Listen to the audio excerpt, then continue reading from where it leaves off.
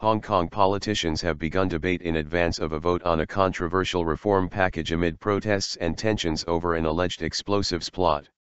Wednesday's vote highlights the gulf between democracy campaigners against the government after protests which saw tens of thousands of protesters take to the streets last year over the controversial electoral roadmap.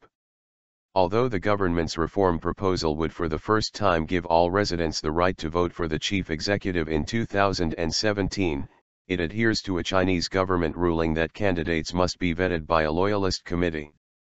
The plan is derided as fake democracy by opposition legislators, who have pledged to vote against it and deny the two-thirds majority it needs to pass.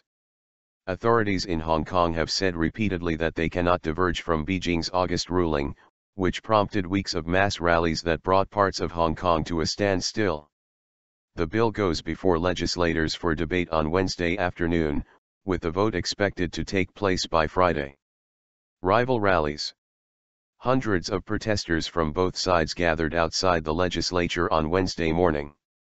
Al Jazeera's Adrian Brown, reporting from outside the Legislative Council, said the crowds were much smaller than ones that erupted earlier. The protesters were kept apart by metal barriers while police guarded the entrance to the building. "I'm here to oppose the so-called democracy," said Fion Wong, a protester in her 40s. "Passing the bill would be a betrayal of those who took part in the Occupy movement," she said, referring to last year's mass protests. Alan Leong, a Civic Party legislator, urged cheering pro-democracy supporters to continue to fight.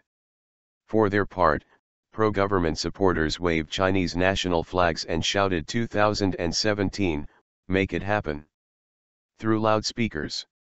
The latest protests are occurring after Hong Kong police arrested 10 people on suspicion of conspiracy to manufacture explosives and seized materials they said could be used to make the highly volatile explosive TATP. Police said one suspect had claimed to be a member of a radical local group, named by local media as the National Independent Party. The group was reportedly linked to the pro-democracy localist movement that is seeking a more independent Hong Kong.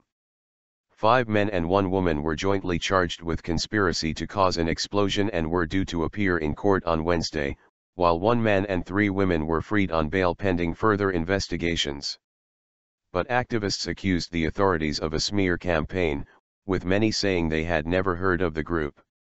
The Hong Kong government has said political reform would be off the table if the current package is rejected.